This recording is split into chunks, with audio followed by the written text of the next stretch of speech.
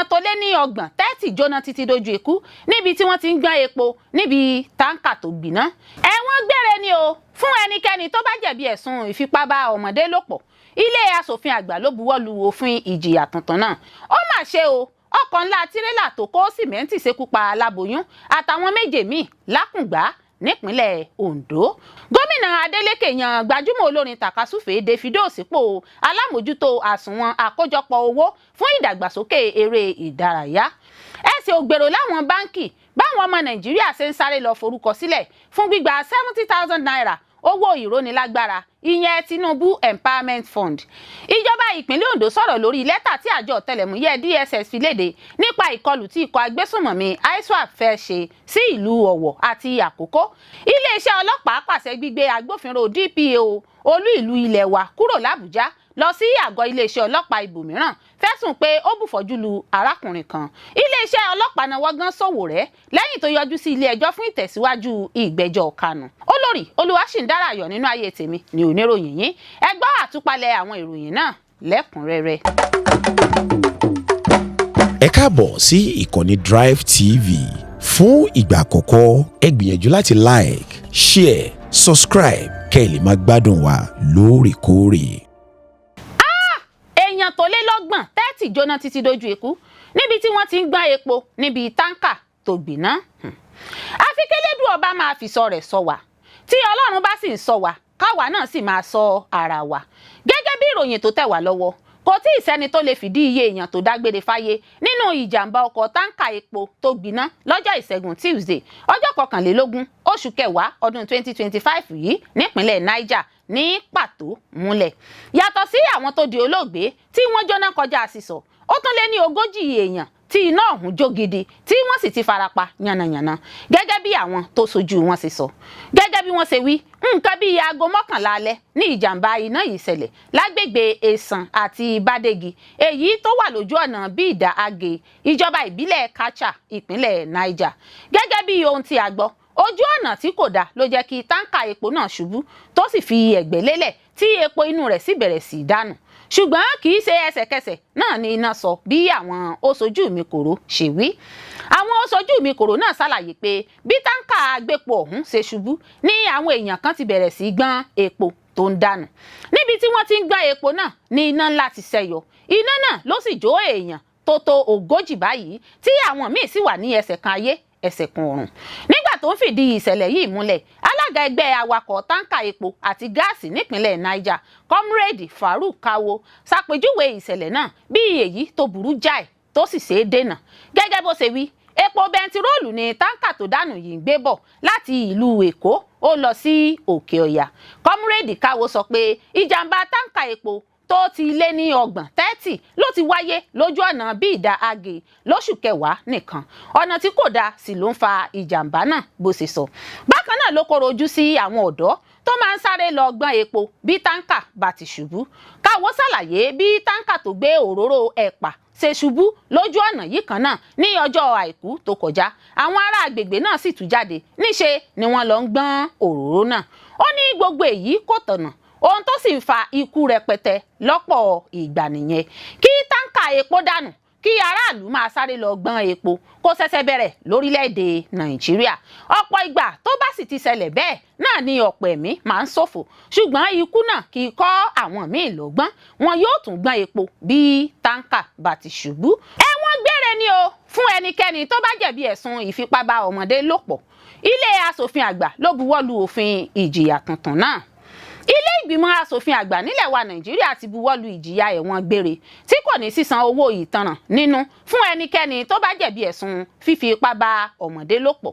Ìgbésẹ̀ náà wáyé láti gbógun ti ìwà ìfipábá ọmọdé lò pọ̀ tó ti ń wọ́pọ̀ báyìí nílẹ̀ wa Nàìjíríà. Ìkéde yìí wáyé lásìkò ìjókòó ilé níbi tí ààrẹ ilé ìgbìmọ̀ aṣòfin àgbà Godswill Akpabio ti ṣàlàyé pé ìyàtọ̀ wà láàrin ìwà fífi ipá bá obìnrin lò pọ̀ àti fífi ipá bá ọmọdé lò pọ̀. Ìgbésẹ̀ yìí wà lára àwọn àtúnṣe tí ilé ìgbìmọ̀ aṣòfin àgbà ń ṣe sáwọn òfin lórí ìwà ọ̀daràn èyí tí ilé aṣojúṣòfin náà ń ṣiṣẹ́ lé lórí bákan náà. sẹ́nitọ̀ ọpẹ́yẹmí bámidélé ló léwájú níbi ìjíròrò náà sọ pé àtúnṣe òfin yìí yóò fòpin sí ìwà ìdẹ́yẹsí nínú ìgbẹ́jọ́ ìfipábánilòpọ̀. ẹni tó bá fi ipá já ìbálẹ̀ èèyàn tí wọ́n máa ń dájọ́ ẹ̀wọ̀n ọdún 5 fún tẹ́lẹ̀ yóò máa gba ìdájọ́ ẹ̀wọ̀n gbére báyìí. ààrẹ ilé ní ẹ̀sùn tó bá ti jẹ mọ́ ọmọdé nílò ìjìyà ńlá. fífi ipá bá ọmọdé lò pọ̀ yẹ kó yàtọ̀ sí fífi ipá bá obìnrin lò pọ̀. àwọn tó bá ṣe irú èyí nílò ìjìyà ńlá. nígbà tí Akpabio ní kí gbogbo ilé dá sí ọ̀rọ̀ náà, sẹ́nitọ̀ Adamu Aliero mú ìmọ̀ràn wá pé ó kéré jù 20 ọdún ní ẹnikẹ́ni tó bá jẹ̀bi ẹ̀sùn ìfipábánilòpọ̀ máa lò lẹ́wọ̀n tí irú ẹni bẹ́ẹ̀ kò sì gbọdọ̀ ní àǹfààní sí owó ìtanràn sísan. sẹ́nitọ̀ Sunday Adeleke ní tiẹ̀ pè fún ẹ̀wọ̀n gbére tó sì ṣe àpẹẹrẹ àwọn orílẹ̀-èdè bíi India àti Pakistan. lẹ́yìn ọ̀pọ̀ ìjíròrò, ilé ìgbìmọ̀ asòfin àgbà gba àbá náà wọlé tí wọ́n sì jẹ́ kó di mímọ̀ pé èyíkéyìí obìnrin tàbí ọkùnrin tí wọ́n bá ká pẹ̀lú ẹ̀sùn fífi ipá bá ọmọdé lò pọ̀ ní ìjìyà rẹ̀ yóò máa jẹ́ ẹ̀wọ̀n gbére tí kò sì ní sí àǹfààní sísan fáìnì. àwọn asòfin ní àwọn ń gbé ìgbésẹ̀ yìí láti dáàbò bo ẹ̀tọ́ àwọn ọmọdé lórílẹ̀‐èdè Nàìjíríà àti láti fi òpin sí ìwà ìfipá bá àwọn ọmọdé lò pọ̀ tó wọ́pọ̀ láwùjọ. ààrẹ ilé ìgbìmọ̀ asòfin ṣàpèjúwe ìgbésẹ̀ yìí gẹ́gẹ́ bí ọ̀nà láti dá ìdájọ́ òdodo padà sí orílẹ̀‐èdè Nàìjíríà. ó mà ṣe o, ọkọ̀ ńlá tirẹ́là tó kó sìmẹ́ǹtì ṣekú pa aláboyún àtàwọn méje míì lákùngbá nípínlẹ̀ Ondo. inú ìpayín keke ọ̀fọ̀ ní àwọn èèyàn gbé wà nílùú Àkùngbá Àkókó nípínlẹ̀ Ondo lẹ́yìn tí ọkọ̀ tirẹ́là tó kó sìmẹ́ǹtì ṣekú pa èèyàn 8 tí aláboyún kan wà nínú wọn ní ìrọ̀lẹ́ ọjọ́rú Wednesday. ọkọ̀ àjàgbé ọ̀hún ni a gbọ́ pé ó sọ ìjánu bírèkì rẹ̀ nù tó sì kọlu ọ̀pọ̀lọpọ̀ ilé ìtajà ní òpópónà márosẹ̀ Ọ̀wọ̀ Àkùngbá sí Ìkàrẹ́ tó sì pa ọ̀pọ̀lọpọ̀ èèyàn nílùú Àkùngbá. àwọn olùgbé ìlú náà sọ pé ọkọ̀ iléeṣẹ́ sìmẹ́ǹtì Dangote tí ẹrù wà nínú rẹ̀ ní tirẹ́là náà. ọ̀kan lára àwọn oṣojú mi kòró tó wà níbi ìṣẹ̀lẹ̀ náà sọ fún àwọn akọ̀ròyìn BBC Yorùbá pé ọkọ̀ náà ń bọ̀ láti òkè ó sì kọlu irin kan tó wọ́n rì mọ́lẹ̀ níbi tí ilé ìtajà wà. ó sojú mi kòró náà fi kún ọ̀rọ̀ rẹ̀ pé ọmọ inú aláboyún tó wà lára àwọn èèyàn tó kú níbi ìṣẹ̀lẹ̀ ọ̀hún jáde láti inú obìnrin náà níbi ìjàmbá ọ̀hún.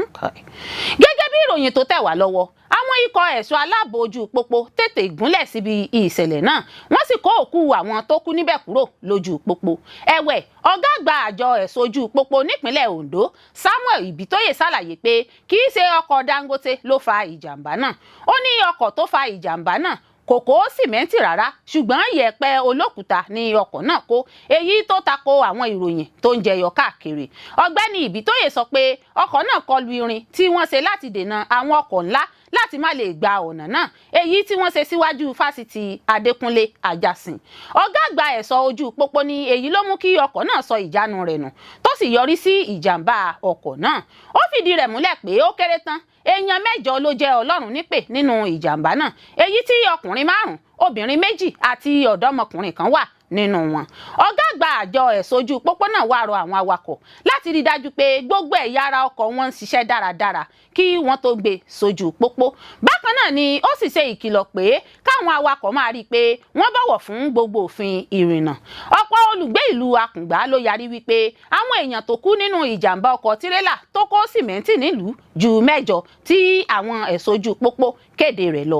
ọ̀kan lára àwọn olùgbé ìlú náà, God's Power Ọlọ́run ṣàánú, sọ pé irọ́ tó jìnnà sí òótọ́ ni ohun tí àjọ FRS sọ. ó sọ pé àwọn èèyàn tí òun mọ̀ tó kú ju 8 lọ.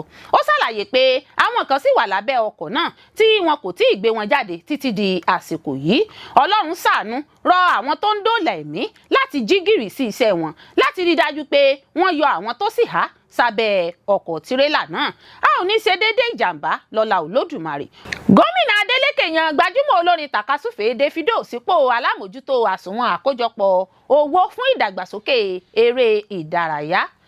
ìjọba ìpínlẹ̀ Ọ̀ṣun ti kéde ìlúmọ̀ọ́ká olórin tàkasúfèé ní David Adeleke, ọmọ bàbá olówó OBO ẹni tí ọ̀pọ̀ mọ̀ sí Davido gẹ́gẹ́ bí alága àsùnwọ̀n àkójọpọ̀ owó fún ìdàgbàsókè eré ìdárayá.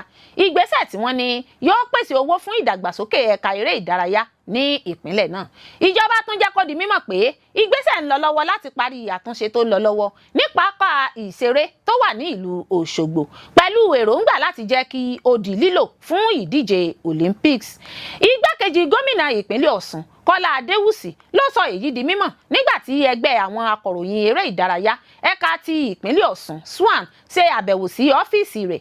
Igbákejì gómìnà ẹni tó tún jẹ́ kọmíṣánná fún eré ìdárayá nípìnlẹ̀ náà tẹnumọ́ pé ìṣèjọba gómìnà Adémọ́lá Adélékè ń ṣe akitiyan láti mú àtúnṣe ńlá bá pápá ìṣeré ìlú Òṣogbo láti lè bá ẹgbẹ́ pé lágbàáyé. Adéwùsì fi kún pé ìjọba ìpínlẹ̀ náà ti wà nípele àṣekágbá láti dá àjọ eré ìdárayá tí yóò wà fún ìdàgbàsókè eré ìdárayá nípínlẹ̀ Ọ̀ṣun sílẹ̀. Ó ní àwọn fẹ́ ṣẹ̀dá àjọ yìí láti pèsè ìrànlọ́wọ́ fún eré ìdárayá nípínlẹ̀ Ọ̀ṣun àti bí yóò ṣe gbòòrò sí i. Ó ní inú òun dùn láti sọ fún àwọn èèyàn pé àwọn ti wà ní ìpele àṣekágbá láti dá àjọ eré ìdárayá ìpínlẹ̀ Ọ̀ṣun sílẹ̀. Ìdásílẹ̀ àsùnwọ̀n àkójọpọ̀ owó fún ìdàgbàsókè eré ìdárayá yìí yóò jẹ́ kí àwọn rí ìrànlọ́wọ́ gbà káàkiri tí eré ìdárayá yóò sì máa gbòòrò sí i nípínlẹ̀ Ọ̀ṣun. Ẹ̀sìn ògbèrò láwọn báńkì báwọn ọmọ Nàìjíríà ṣe ń sáré lọ forúkọ sílẹ̀ fún gbígba 70,000 naira owó ìrónilágbára ìyẹn Tinubu Empowerment Fund. Gẹ́gẹ́ bí ìròyìn tó tẹ̀ wá lọ́wọ́ níṣẹ́ ni ọ̀gọ̀ọ̀rọ̀ àwọn ọmọ Nàìjíríà gba ilé ìfowópamọ́ lọ káàkiri ilẹ̀ wa Nàìjíríà láti forúkọ sílẹ̀ fún ohun tó gba ìgboro kan lórí gbígba 70,000 naira lóṣooṣù owó ìrónilágbára Tinubu Empowerment Fund tí ìgbàgbọ́ wà pé ó jẹ́ ara ètò NEDIP. Gẹ́gẹ́ bí ìròyìn Sahara Reporter ṣe gbé jáde síta, ọ̀pọ̀ èrò pitimu nílé ìfowópamọ́ Fidelity àti Stanbic IBTC láwọn ọjọ́ díẹ̀ lẹ́yìn àtẹ̀jíṣẹ́ tó gba orí ayélujára kan tó ń darí àwọn aráàlú láti forúkọ sílẹ̀ pẹ̀lú nọ́mbà Bank Verification Number BVN, National Identification Number NIN àti àwòrán pásítọ̀tì wọn.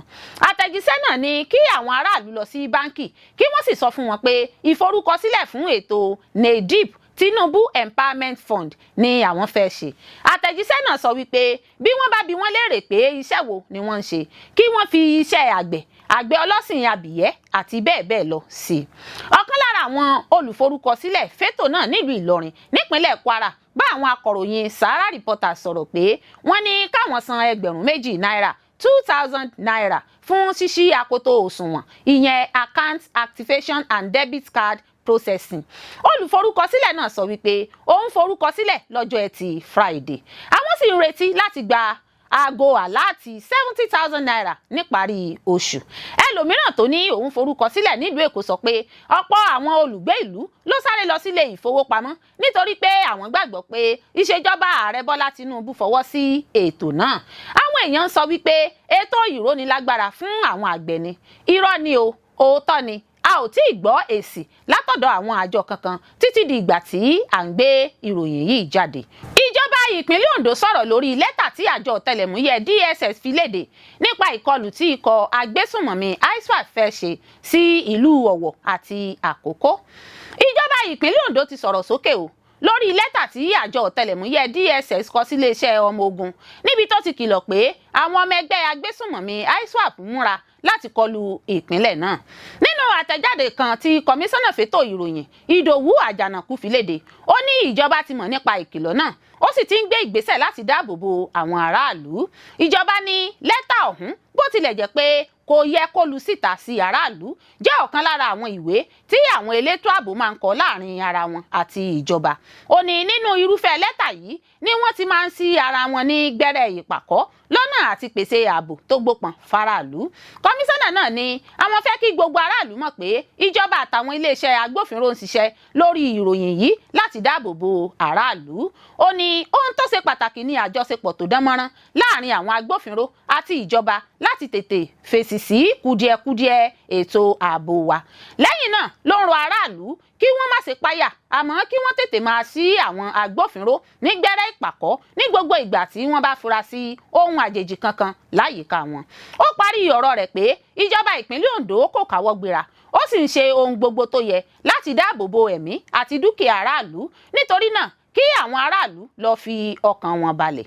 ìbẹ̀rùbojo ti gba ọkàn ọ̀pọ̀ èèyàn nílùú Ọ̀wọ̀ àti agbègbè Àkókó nípínlẹ̀ Ondo báyìí lẹ́yìn tí àjọ ọ̀tẹlẹ̀múyẹ́ Nàìjíríà DSS kìlọ̀ pé àwọn ọmọ ẹgbẹ́ agbésùmọ̀mí Islamic State of West Africa Province ISWAP ti múra láti kọlu àwọn agbègbè náà láìpẹ́. ọ̀rọ̀ yìí ló jẹyọ nínú lẹ́tà kan tí àjọ náà fi ṣọwọ́ sí iléeṣẹ́ ọmọ ogun Nàìjíríà ẹ̀ka ti ìpínlẹ̀ Ondo ìyẹn 32 Artillery Brigade nílùú Àkúrẹ́. gẹ́gẹ́ bí ohun tó wà nínú lẹ́tà náà tí àjọ ọ̀tẹlẹ̀múyẹ́ DSS fi léde lógúnjọ́ oṣù kẹwàá ọdún 2025 tí a wà yìí àwọn agbésùmọ̀mí náà ni wọ́n sọ wípé wọ́n fẹ́ kọlu ọ̀pọ̀lọpọ̀ agbègbè nípínlẹ̀ Kogi àti Ondo. lára àwọn agbègbè tí DSS tọ́ka sí pé àwọn agbésùmọ̀mí náà gbèrò láti kọlù ní Ondo ní Eriti Àkókó àti Oyin Àkókó lágbègbè Àkókó nígbà tí wọ́n múra láti kọlu ìlú Ọ̀wọ̀ ní ìjọba ìbílẹ̀ Ọ̀wọ̀. àjọ ọ̀tẹlẹ̀múyẹ́ DSS ní àwọn ọ̀daràn náà ti bẹ̀rẹ̀ ìtọpinpin àwọn agbègbè tí wọn yóò kọlù láwọn ìlú ọ̀hún ó sì rọ iléeṣẹ́ ọmọ ogun láti bẹ̀rẹ̀ iṣẹ́ lórí rẹ̀. lẹ́tà náà sọ pé ìwádìí ìdákọ́ńkọ́ àwọn ṣàfihàn pé àwọn ọmọ ẹgbẹ́ ikọ̀ ISWAP fẹ́ kọlu àwọn ìlú kan nípínlẹ̀ Ondo àti Kogi láìpẹ́. wọ́n pàrọwà fún àwọn agbófinró àti àwọn èèyàn láti mú ètò ààbò lọ́kùnkúndùn láwọn agbègbè wọ̀nyí láti dáàbò bo ẹ̀mí àti dúkìá àwọn aráàlú. ní báyìí ọ̀pọ̀ aráàlú ni wọ́n ti wà nínú ìpayà ìbẹ̀rùbojo fún ẹ̀mí wọn nípínlẹ̀ Ondo báyìí pàápàá nílùú Ọ̀wọ̀ àti lágbègbè Àkókó.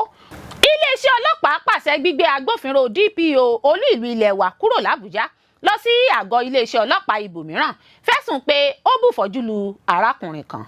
kọmíṣánná ọlọ́pàá olú ìlú ilẹ̀ wa l'Àbújá Mila Dantawaye ti pàṣẹ kí wọ́n gbé agbófinró ọlọ́pàá DPO àgọ́ iléeṣẹ́ ọlọ́pàá Usafa Division kúrò lọ sí àgọ́ iléeṣẹ́ ọlọ́pàá ibòmíràn ní Kíámọ́sá lẹ́yìn fídíò kan tó gba ìgboro kan èyí tó ṣàfihàn bó ṣe bùfọ́jú lu arákùnrin kan lásìkò ìfigbóró òfin gbé. ìṣẹ̀lẹ̀ náà tó mú kí àwọn èèyàn koro ojú sí ìwà náà lẹ́yìn tí fídíò agbófinró tó ń kọlu àwọn ọmọ ìlú kan gba orí ayélujára Twitter lọ́jọ́ ìṣẹ́gun Tuesday kan. gbàrà tí fídíò náà gba ìgboro kan níṣẹ́ làwọn ọmọ Nàìjíríà bu ẹnu àtẹ́ lu ìwà náà gẹ́gẹ́ bí àìmọ̀ṣẹ́dájú sáká àti àṣìlò ipò agbára. nínú àtẹ̀jáde kan tó jẹ́ gbígbé jáde síta lọ́jọ́rú Wednesday alukoro fún iléeṣẹ́ ọlọ́pàá olú ìlú ilẹ̀ wa l'Àbújá SP Josephine Adé sọ wípé kọmíṣánná náà ṣàpèjúwe ìwà agbófinró náà gẹ́gẹ́ bí aláìjẹ́tẹ̀wọ́gbà àti títako òfin ìlànà à ń tẹ̀lé òṣìṣẹ́ iléeṣẹ́ ọlọ́pàá Nàìjíríà. kọmíṣánná ọlọ́pàá koro ojú sí ìwà agbófinró náà èyí tó tàbùkù bá ẹ̀kọ́ àti àbùdá agbófinró. Adé fi kún pé agbófinró DPO náà ti jẹ́ gbígbé kúrò nílùú Àbújá lọ sí olú iléeṣẹ́ ọlọ́pàá ibòmíràn títí di ìgbà tí àbájáde ìwádìí ìfimúfínlẹ̀ tó ń lọ lọ́wọ́ lórí ìṣẹ̀lẹ̀ náà yóò fi farahàn. gẹ́gẹ́ bí àtẹ̀jáde náà ṣe wí kọmíṣánná ọlọ́pàá ṣèkìlọ̀ fún gbogbo àwọn agbófinró ọlọ́pàá DPO àtàwọn òṣìṣẹ́ abẹ́ wọn láti jẹ́ agbófinró tó mọṣẹ́ wọn dojú àmì pẹ̀lú ọ̀wọ̀ lákòókò tí wọ́n bá ń ṣe ojúṣe wọn lẹ́nu iṣẹ́. ó tẹ̀síwájú ó ní ìgbésẹ̀ ìjìyà tòótọ́ tó yẹ yóò jẹ́ gbígbé kalẹ̀ fún ṣíṣe àṣemáṣe tàbí fún àṣìlò agbára. ọ̀gá ọlọ́pàá tún wá pàrọwà fún àwọn olùgbé ìlú láti bọ̀wọ̀ àti láti jùmọ̀ fọwọ́sowọ́pọ̀ pẹ̀lú àwọn òṣìṣẹ́ agbófinró lójúnà láti mú ètò ààbò àti ìgbìyànjú àwọn ọlọ́pàá ètò ààbò lórí ààbò ìlú gbópọn sí i lólú ìlú ilẹ̀ wa l'Àbújá. iléeṣẹ́ ọlọ́pàá olú ìlú ilẹ̀ wa tún gba àwọn aráàlú lámọ̀ràn láti ta iléeṣẹ́ ọlọ́pàá lólobó bí wọ́n bá kẹ́fín ohunkóhun tó bá mú ìfura dání. bákan náà a ó rántí pé kọmíṣánná ọlọ́pàá ìpínlẹ̀ Ondo Adébọ̀wálé Lawal pàṣẹ kí wọ́n gbé agbófinró DPO àgọ́ iléeṣẹ́ ọlọ́pàá ẹnu ọwá kúrò lọ sí àgọ́ iléeṣẹ́ ọlọ́pàá ibòmíràn lórí ẹ̀sùn àìsojúṣe ẹni bó ti tọ́ pẹ̀lú ọwọ́ yẹpẹrẹ tó fi mú ẹjọ́ gbajúmọ̀ orí ayélujára ní Adéfọlárìn Ayọ̀mípọ̀sí tí ọ̀pọ̀ mọ̀ sí Mandikis. iléeṣẹ́ ọlọ́pàá náwó gan Sowore lẹ́yìn tó yọjú sí ilé ẹjọ́ fún ìtẹ̀síwájú ìgbẹ́jọ́ Kanu. Ọmọyẹlé Sowore ti jẹ́ gbígbé lọ àgọ́ iléeṣẹ́ ọlọ́pàá nípasẹ̀ àwọn agbófinró nílé ẹjọ́ gíga olú ìlú ilẹ̀ wa l'Àbújá lọ́jọ́bọ̀ Thursday lẹ́yìn tó yọjú sí ilé ẹjọ́ fún ìtẹ̀síwájú ìgbẹ́jọ́ Kanu tó wà láhàámọ́. Sowore, adarí fétò ìwọ́de Free Nnamdi Kanu, ìwọ́de ẹ fún Kanu lómìnira èyí tó wáyé l'Àbújá ni a gbọ́ pé ó mórí bọ́ lọ́wọ́ ìfigbóró òfin gbé nígbà tí àwọn agbófinró ọlọ́pàá rọ̀gbà yí àwọn olùwọ́de náà ká. Nínú fídíò kan tó gba orí ayélujára kan, níbẹ̀ láti rí Sowore tó ṣàdédé fẹsẹ̀fẹ. Ọ̀rọ̀ bá di ẹni orí yọ òdìlé o. Ìwọ́de tó ń pè fún ìtúsílẹ̀ òmìnira adarí fẹ́gbẹ́ ikọ̀ IPOB níbẹ̀ ni wọ́n ti nawọ́ gan àwọn èèyàn 13 míì náà tó fi mọ́ arákùnrin ìbátan Kanu àti agbẹjọ́rò rẹ̀ tí wọ́n fi sáàmọ́ àjọ elétò ààbò. Lẹ́yìn ọ̀rẹ̀yìn, Sowore padà fìdí ìfigbóró òfin gbé ọ̀hún múlẹ̀ lójú òpó ayélujára rẹ̀. Ó fẹ̀sùn kan àwọn agbófinró, àwọn aláṣẹ fún títẹ̀ ẹ̀tọ́ àwọn ọmọnìyàn mọ́lẹ̀. Ó sì jẹ́jẹ́ fọwọ́sọ̀yà pé òun yóò tẹ̀síwájú nípa jíjàfẹ́tọ̀ àwọn ajàfẹ́tọ̀ ọmọnìyàn ajìjàgbara tó wà ní àhámọ́. Ìdí fún jíju Sowore sí gbàgà ní kò tí ì yé ẹnikẹ́ni títí di ìgbà tí à ń kó ìròyìn yìí jọ. Ẹ̀wẹ̀, àwọn kan ní bóyá nítorí pé ó kópa nínú ètò ìwọ́de ìfẹ̀hónúhàn ọjọ́ Ajé Monday àti ṣíṣe àìgbọràn sí àṣẹ iléeṣẹ́ ọlọ́pàá. Tí a ò bá gbàgbé, a ó rántí pé Sowore fàáké kọ́rí bí iléeṣẹ́ ọlọ́pàá ṣe gbé ìkìlọ̀ kalẹ̀ lórí gígùnlé ìwọ́de nílẹ̀gbẹ́ ààrẹ Aso Rock l'Àbújá. Iléeṣẹ́ ọlọ́pàá orílẹ̀-èdè Nàìjíríà ṣe ìkìlọ̀ fún gbogbo àwọn ẹgbẹ́ tó ń gbèrò láti ṣe ìwọ́de lọ́jọ́ Ajé tó kọjá nílùú Àbújá pẹ̀lú àṣẹ ilé ẹjọ́ kí wọ́n yàgò láwọn agbègbè tí wọ́n ti fẹ́ gùn lé ìwọ́de. Adájọ́ MG Umar ló gbé ìdájọ́ yìí kalẹ̀ ní ọjọ́ 17 oṣù kẹwàá ọdún 2025 nínú ẹjọ́ nọ́mbà FHC ABJ CS 2202/2025 tó wà láàrin ìjọba àpapọ̀ orílẹ̀-èdè Nàìjíríà, Ọmọyẹlé Sowore àti àwọn 4 míì. Èyí kò ní gbà wọ́n ní ààyè láti ṣe ìwọ́de ní agbègbè ilé ìjọba Aso Rock Villa, ilé ìgbìmọ̀ asòfin, iléeṣẹ́ ọlọ́pàá, ilé ẹjọ́, agbègbè Eagle Square àti ọ̀nà Shehu Shagari. Agbẹnusọ iléeṣẹ́ ọlọ́pàá Benjamin Hundeyin nínú àtẹ̀jáde tó fi síta ní iléeṣẹ́ ọlọ́pàá yóò rí pé àwọn mójútó òfin Nàìjíríà tó fàyè gba àlàáfíà lásìkò ìwọ́de náà pẹ̀lú àṣẹ ilé ẹjọ́ àti ojúṣe iléeṣẹ́ ọlọ́pàá láti mójútó òfin. Iléeṣẹ́ ọlọ́pàá ń ké sí àwọn ẹgbẹ́ yìí tí wọ́n ń pè fún ìtúsílẹ̀ Mazi Nnamdi Kanu láti tẹ̀lé òfin àti ìlànà tí ilé ẹjọ́ gbé kalẹ̀ fún wọn. Ìwọ́de ọ̀hún tó wáyé lọ́jọ́ Ajé 20 oṣù kẹwàá tó ń pè fún ìtúsílẹ̀ adarí ikọ̀ IPOB Nnamdi Kanu, ẹni tó ti wà látìmọ́lé láti ọdún 2021 lẹ́yìn tí ọwọ́ tẹ̀ lórílẹ̀-èdè Kenya tó sì ń kojú ẹ̀sùn. Hundeyin fi kún pé bó tilẹ̀ jẹ́ pé òfin fààyè gba aráàlú láti ṣe ìfẹ̀hónúhàn, ó gbọ́dọ̀ jẹ́ ṣíṣe ní ìlànà òfin. Àṣẹ ilé ẹjọ́ wà fún ààbò àwọn olùfẹ̀hónúhàn kì í ṣe láti tẹ ẹ̀tọ́ wọn lójúmọ́lẹ̀. Ìdí rèé tí àwọn fi ń gba àwọn èèyàn lámọ̀ràn pé kí wọ́n tẹ̀lé àṣẹ ilé ẹjọ́ kí wọ́n sì yàgò fún àwọn agbègbè yìí. Ajàfẹ́tọ̀ ọmọnìyàn Ọmọyẹlé Sowore, ẹni tó ń pè fún ìwọ́de ìtúsílẹ̀ Nnamdi Kanu, ti bọ́ sórí ayélujára láti tako àṣẹ ilé ẹjọ́ tí iléeṣẹ́ ọlọ́pàá gbé síta lórí fífi òfin de àwọn agbègbè kan fún àwọn olùfẹ̀hónúhàn. Sowore sọ wípé kò sí ìdájọ́ ilé ẹjọ́ kankan tó dá ìwọ́de lọ sí Aso Rock dúró. Ó jiyàn pé àṣẹ ilé ẹjọ́ kò lẹ́sẹ̀ ńlẹ̀ rárá nítorí wọn kò gbé jáde ní orúkọ olùjẹ́jọ́ tàbí ẹgbẹ́ tó ń wọ́de. Sowore fẹ̀sùn kan iléeṣẹ́ ọlọ́pàá pé èké wọn hàn síta.